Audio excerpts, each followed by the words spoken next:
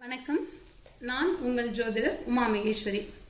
இன்னைக்கு நம்ம பார்க்க போறது நட்சத்திர வரிசையில 13வது நட்சத்திரமாக இருக்கக்கூடிய ஹஸ்தம் நட்சத்திரத்தை பத்திங்க.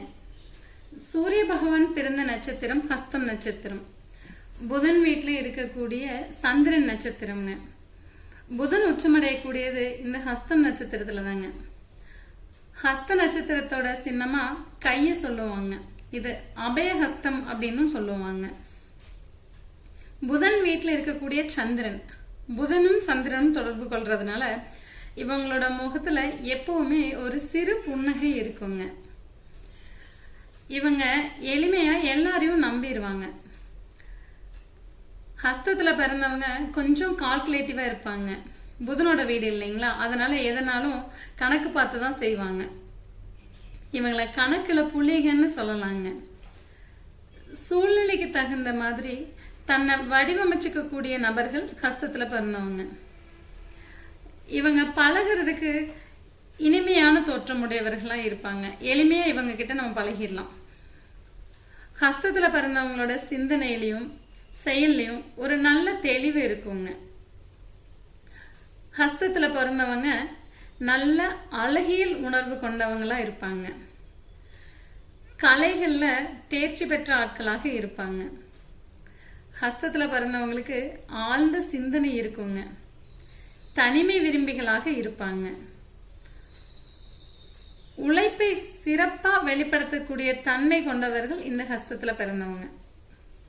ஹஸ்தத்துல பிறந்தவங்க மட்டும் உன்னை தேடி அடையணும்னு நினைச்சிட்டாங்கன்னா அதுக்காக ராப்பகலா உழைப்பாங்க. உன்னை கத்துக்கணும்னு இவங்க முடிவு எடுத்துட்டாங்கன்னா கட்டாயமா கத்துக்குவாங்க. கத்துக்கலைன்னா அவங்களுக்கு தூக்கமே வராதுங்க. ஹஸ்தத்துல பிறந்தவங்களுக்கு மற்றவங்களோட மனக்குறைய போக்கக்கூடிய தன்மை இருக்குங்க. ஹஸ்தத்துல பிறந்தவங்களுக்கு இளமையில வறுமை இருக்குங்க.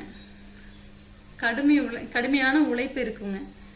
மத்தியம வயதுல தன்னுடைய அறிவை பயன்படுத்தி ஒரு நல்ல நிலைக்கு வந்துருவாங்க.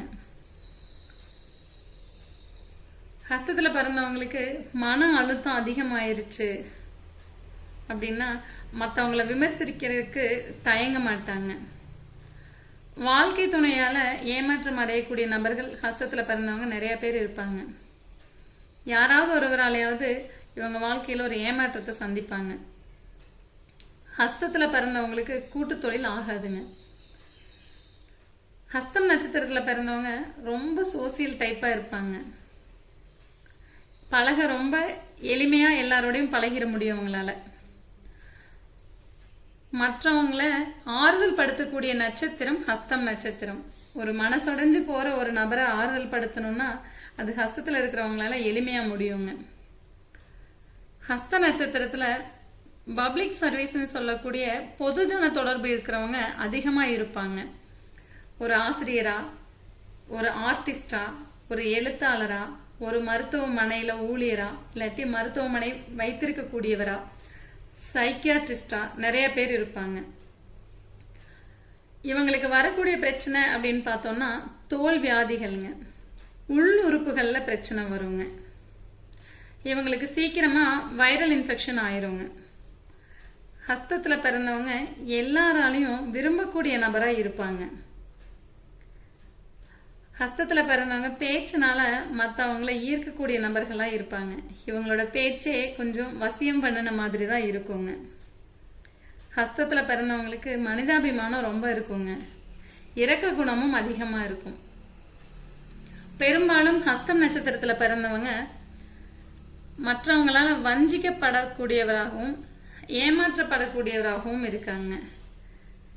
லக்ன புள்ளி ஹஸ்தத்துல இருந்தாலும் கூட இவங்க ஒரு துரோகத்தையோ ஒரு ஏமாற்றத்தையோ வாழ்க்கையில சந்திச்சிடுறாங்க.